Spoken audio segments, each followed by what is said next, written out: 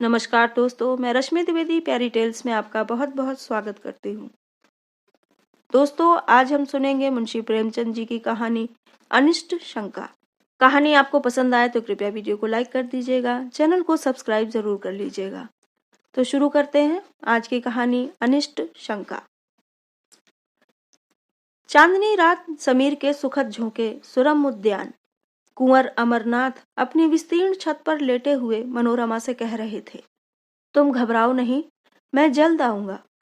मनोरमा ने उनकी ओर कातर नेत्रों से देखकर कहा, मुझे क्यों नहीं लेते चलते? अमरनाथ, तुम्हें वहां कष्ट होगा।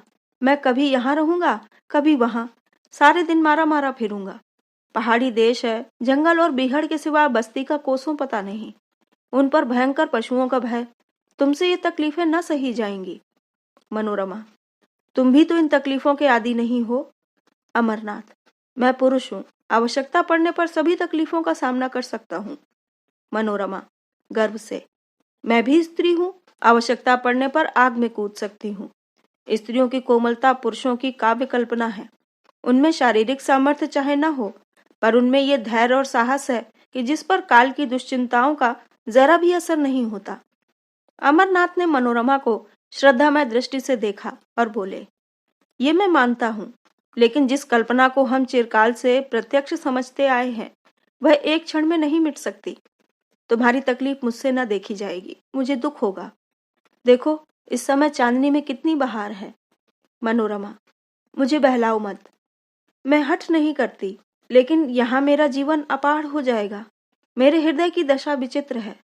तुम्हें अपने सामने न देखकर मेरे मन में तरह तरह की शंकाएं होती हैं कि कहीं चोट न लग गई हो। शिकार खेलने जाते हो तो डरती हूँ कहीं घोड़े ने शरारत न की हो। मुझे अनिष्ट का भय सदैव सताया करता है। अमरनाथ, लेकिन मैं तो विलास का भक्त हूँ। मुझ पर इतना अनुराग करके तुम अपने ऊपर अन्याय करती हो। मनोरमा ने अमरनाथ को दबी हुई दृष्टि से देखा, जो कह रही थी, मैं तुमको तुमसे ज्यादा पहचानती हूँ। बुंदेलखंड में भीषण दुर्भिक्ष था। लोग वृक्षों की छालें छील छील कर खाते थे। क्षुधा पीड़ा ने भक्ष्याभक्ष की पहचान मिटा दी थी। पशुओं का तो कहना ही क्या, मानव संतानें कौड़ियों के मूल बिकती थीं। पादरियों की चढ़बनी थी। उनके अनाथालयों में नित्य गोल के गोल बच्चे भेड़ों की भांति हाके जाते थे। माँ की ममता मुट्ठी भर अनाज पर कुर्बान हो जाती। कुंवर अमरनाथ काशी सेवा समिति के व्यवस्थापक थे। समाचार पत्रों में ये रोमांचकारी समाचार देखे तो तड़प उठे। समिति के कई नव युवकों को साथ लिया और बुंदेलखंड जा पहुंचे। मनोरमा को वचन दिया कि प्रतिदिन पत्र लिखेंगे और यथासंभव जल्द लौट आएंगे। 1 सप्ताह तक तो उन्होंने अपना वचन पालन किया, लेकिन शनय शनय पत्रों में विलंब होने लगा। अक्सर इलाके डाकघर से बहुत दूर पड़ते थे। यहाँ से नित्य प्रति पत्र भेजने का प्रबंध करना दुस्साध्य था। मनोरमा वियोग दुख से विकल रहने लगी। वह अव्यवस्थित दशा में उदास बैठी रहती। कभी नीचे आती, कभी ऊपर जाती, कभी बाग में जा बैठती। जब तक पत्र ना आ जाता, वह इसी भांति व्यग्र रहती। पत्र मिलते ही सूखे धान में पानी पड़ जाता। लेकिन जब पत्रों के आने में देर होने लगी, तो उसका वियोग विकल हृदय अधीर हो गया। बार बार पछताती कि मैं नाहक उनके कहने में आ गई। मुझे उनके साथ जाना चाहिए था। उसे किताबों से प्रेम था, पर अब उनकी ओर ताकने का भी जीना चाहता। विनोद की वस्तुओं से उसे अरुचि सी हो गई। इस प्रकार 1 महीना गुजर गया। एक दिन उसने स्वप्न देखा कि अमरनाथ द्वार पर नंगे सिर नंगे पैर खड़े रो रहे हैं। वह घबराकर उठ बैठी और उग्रावस्था में दौड़ी द्वार तक आई। यहाँ का सन्नाटा देखकर उसे होश आ गया। उसी दम मुनीम को जगाया और कुंवर साहब के नाम तार भेजा, किंतु जवाब न आया। सारा दिन गुजर गया, मगर कोई जवाब नहीं। दूसरी रात भी गुजरी, लेकिन जवाब का पता न था। मनोरमा निर्जल निराहार मूर्छित दशा में अपने कमरे में पड़ी रहती। जिसे देखती उसी से पूछती, जवाब आया? कोई द्वार पर आवाज देता तो दौड़ी हुई जाती और पूछती, कुछ जवाब आया? उसके मन में विविध शंकाएं उठती। लौंडियों से स्वप्न का आशय पूछती। स्वप्नों के कारण और विवेचना पर कई ग्रंथ पढ़ डाले, पर कुछ रहस्य न खुला। लौंडियां उसे दिलासा देने के लिए कहती, कुंवर जी कुशल से हैं। स्वप्न में किसी को नंगे पैर देखें तो समझो वह एक घोड़े पर सवार है। घबराने की कोई बात नहीं, लेकिन रमा को इस बात से तस्कीन न होती। उसे तार के जवाब की रट लगी हुई थी। यहाँ तक कि 4 दिन गुजर गए। किसी मोहल्ले में मदारी का आ जाना बाल वृंद के लिए एक महत्व की बात है। उसके डमरू की आवाज में खोचे वाले की क्षुधावर्धक ध्वनि से भी अधिक आकर्षण होता है। इसी प्रकार मोहल्ले में किसी ज्योतिषी का आ जाना मार्के की बात है। एक क्षण में इसकी खबर घर घर फैल जाती है। सास अपनी बहू को लिए आ पहुंचती है, माता भाग्यहीन कन्या को लेकर आ जाती है। ज्योतिषी जी दुख सुख की अवस्था अनुसार वर्षा करने लगते हैं। उनकी भविष्यवाणियों में बड़ा गूढ़ रहस्य होता है। उनका भाग्य निर्माण भाग्य रेखाओं से भी जटिल और दुर्ग्राह्य होता है। संभव है कि वर्तमान शिक्षा विधान ने ज्योतिष का आदर कुछ कम कर दिया हो, पर ज्योतिषी जी के महात्म्य में जरा भी कमी नहीं हुई। उनकी बातों पर चाहे किसी को विश्वास न हो, पर सुनना सभी चाहते हैं। उनके एक एक शब्दों में आशा और भय को उत्तेजित करने की शक्ति भरी रहती है। विशेषतः उसकी अमंगल सूचना तो वज्रपात के तुल्य है, घातक और दग्धकारी। तार भेजे हुए आज 5वां दिन था कि कुंवर साहब के द्वार पर एक ज्योतिषी का आगमन हुआ। तत्काल मोहल्ले की महिलाएं जमा हो गईं। ज्योतिषी जी भाग्य विवेचन करने लगे। किसी को रुलाया, किसी को हंसाया। मनोरमा को खबर मिली। उन्हें तुरंत अंदर बुला भेजा और स्वप्न का आशय पूछा। ज्योतिषी जी ने इधर उधर देखा, पन्ने के पन्ने उल्टे, उंगलियों पर कुछ गिना, पर कुछ निश्चय न कर सके कि क्या उत्तर देना चाहिए। बोले, क्या सरकार ने ये स्वप्न देखा है? मनोरमा बोली, नहीं, मेरी एक सखी ने देखा है। मैं कहती हूँ यह अमंगल सूचक है, वह कहती है मंगलमय है। आप इसकी क्या विवेचना करते हैं? ज्योतिषी जी फिर बंगले झांकने लगे। उन्हें अमरनाथ की यात्रा का हाल ना मालूम था और ना इतनी मोहलत ही मिली थी कि यहाँ आने के पूर्व वह अवस्था ज्ञान प्राप्त कर लेते, जो अनुमान के साथ मिलकर जनता में ज्योतिष के नाम से प्रसिद्ध है। जो प्रश्न पूछा था उसका भी कुछ सूत्र सूचक उत्तर न मिला। निराश होकर मनोरमा के समर्थन करने ही में अपना कल्याण देखा। बोले, सरकार जो कहती है वही सत्य है। यह स्वप्न अमंगल सूचक है। मनोरमा खड़ी सितार के तार की भांति थर थर कांपने लगी। ज्योतिषी जी ने उस अमंगल का उद्घाटन करते हुए कहा, उनके पति पर कोई महान संकट आने वाला है। उनका घर नाश हो जाएगा। वह देश विदेश मारे मारे फिरेंगे। मनोरमा ने दीवार का सहारा लेकर कहा, भगवान मेरी रक्षा करो, और मूर्छित होकर जमीन पर गिर पड़ी। ज्योतिषी जी अब चेते, समझ गए कि बड़ा धोखा खाया। आश्वासन देने लगे, आप कुछ चिंता न करें, मैं उस संकट का निवारण कर सकता हूँ। मुझे एक बकरा, कुछ लौंग और कच्चा धागा मंगा दें। जब कुंवर जी के यहाँ से कुशल समाचार आ जाए तो जो दक्षिणा चाहें दे दें। काम कठिन है, पर भगवान की दया से असाध्य नहीं है। सरकार देखें, मुझे बड़े बड़े हाकिमों ने सर्टिफिकेट दिए हैं। अभी डिप्टी साहब की कन्या बीमार थी, डॉक्टरों ने जवाब दे दिया था। मैंने यंत्र दिया, बैठे बैठे आंखें खुल गईं। कल की बात है, सेठ चंदूलाल के यहाँ से रोकड़ की एक थैली उड़ गई थी। कुछ पता न चलता था। मैंने सगुन विचारा और बात की बात में चोर पकड़ लिया। उनके मुनीम का काम था। थैली ज्यों की त्यों निकल आई। ज्योतिषी जी तो अपनी सिद्धियों की सराहना कर रहे थे और मनोरमा अचेत पड़ी हुई थी। अकस्मात वह उठ बैठी।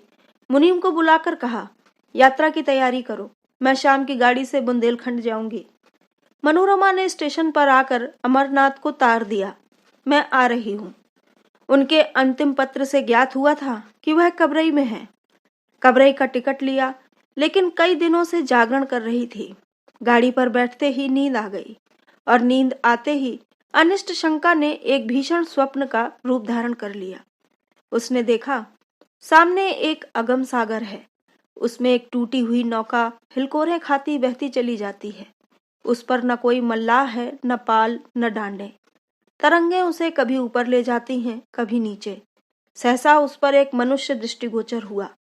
यह अमरनाथ थे, नंगे सिर, नंगे पैर, आंखों से आंसू बहाते हुए। मनोरमा थर थर कांप रही थी। जान पड़ता था नौका अब डूबी और अब डूबी। उसने जोर से चीख मारी और जाग पड़ी। शरीर पसीने से तर था, छाती धड़क रही थी। वह तुरंत उठ बैठी, हाथ मुंह धोया और इसका इरादा किया कि अब न सोऊंगी। हाँ, कितना भयावह दृश्य था। परमपिता, अब तुम्हारा ही भरोसा है, उनकी रक्षा करो। उसने खिड़की से सिर निकालकर देखा। आकाश पर तारागण दौड़ रहे थे। घड़ी देखी, 12 बज रहे थे। उसको आश्चर्य हुआ, मैं इतनी देर तक सोई? अभी तो एक झपकी भी पूरी न होने पाई। उसने एक पुस्तक उठा ली और विचारों को एकाग्र कर पढ़ने लगी।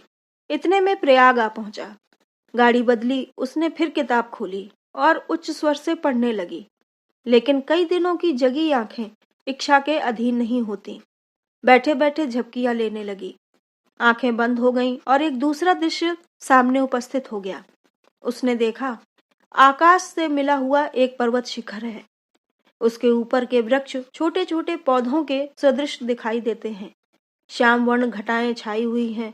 बिजली इतनी जोर से कड़कती है कि कान के पर्दे फटे जाते हैं। कभी यहाँ गिरती है, कभी वहां। शिखर पर एक मनुष्य नंगे सिर बैठा हुआ है। उसकी आंखों का अश्रु प्रवाह साफ दिख रहा है। मनोरमा दहल उठी। ये अमरनाथ थे। वह पर्वत शिखर से उतरना चाहते थे, लेकिन मार्ग न मिलता था। भय से उनका मुखवर्ण शून्य हो रहा था। अकस्मात एक बार बिजली का भयंकर नाद सुनाई दिया। एक ज्वाला सी दिखाई दी और अमरनाथ अदृश्य हो गए। मनोरमा ने फिर चीख मारी और जाग पड़ी। उसका हृदय बांसों उछल रहा था, मस्तिष्क चक्कर खाता था। जागते ही उसकी आंखों में जल प्रवाह होने लगा। वह उठ खड़ी हुई और कर जोड़कर ईश्वर से विनय करने लगी। ईश्वर, मुझे ऐसे बुरे बुरे स्वप्न दिखाई दे रहे हैं। न जाने उन पर क्या बीत रही है।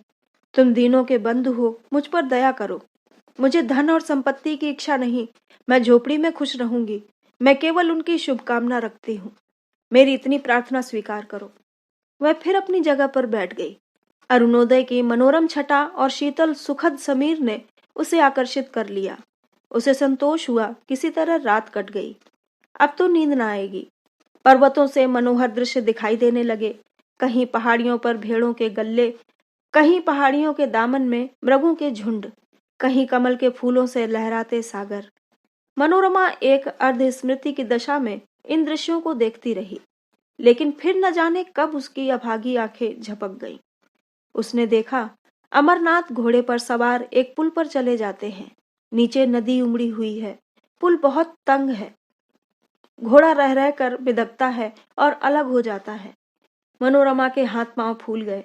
वह उच्च स्वर से चिल्ला चिल्ला कर कहने लगी, घोड़े से उतर पड़ो, घोड़े से उतर पड़ो। ये कहते हुए वह उनकी तरफ झपटी। आंखें खुल गईं। गाड़ी किसी स्टेशन के प्लेटफॉर्म से सनसनाती चली जाती थी। अमरनाथ नंगे सिर नंगे पैर प्लेटफॉर्म पर खड़े थे। मनोरमा की आंखों में अभी तक वही भयंकर स्वप्न समाया हुआ था। कुंवर को देखकर उसे भय हुआ कि वह घोड़े से गिर पड़े और नीचे नदी में फिसलना चाहते हैं।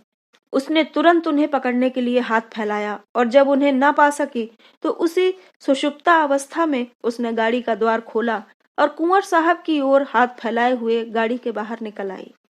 तब वह चौकी। जान पड़ा किसी ने उठाकर आकाश से भूमि पर पटक दिया। जोर से एक धक्का लगा और चेतना शून्य हो गई। वह कबरई का स्टेशन था। अमरनाथ तार पाकर स्टेशन पर आए थे, मगर ये डाक थी, वहां न ठहरती थी। मनोरमा को हाथ फैलाए गाड़ी से गिरते देखकर वह हाँ हाँ करते हुए लपके, लेकिन कर्मलेख पूरा हो चुका था। मनोरमा प्रेम वेदी पर बलिदान हो चुकी थी। इसके तीसरे दिन वह नंगे सिर नंगे पैर भग्न हृदय घर पहुंचे। मनोरमा का स्वप्न सच्चा हुआ। उस प्रेम विहीन स्थान में अब कौन रहता? उन्होंने अपनी संपूर्ण संपत्ति काशी सेवा समिति को प्रदान कर दी और अब नंगे सिर नंगे पैर विरक्त दशा में देश विदेश घूमते रहते हैं। ज्योतिषी जी की विवेचना भी चरितार्थ हो गई। तो दोस्तों, ये थी कहानी अनिष्ट शंका। आशा करती हूँ आपको पसंद आई होगी। अपनी राय हमें कमेंट में ज़रूर बताइएगा। ऐसी प्यारी प्यारी कहानियाँ सुनने के लिए चैनल को सब्सक्राइब जरूर कर लीजिएगा। तो मिलते हैं अगली कहानी में। कहानी को पूरा सुनने के लिए बहुत बहुत धन्यवाद।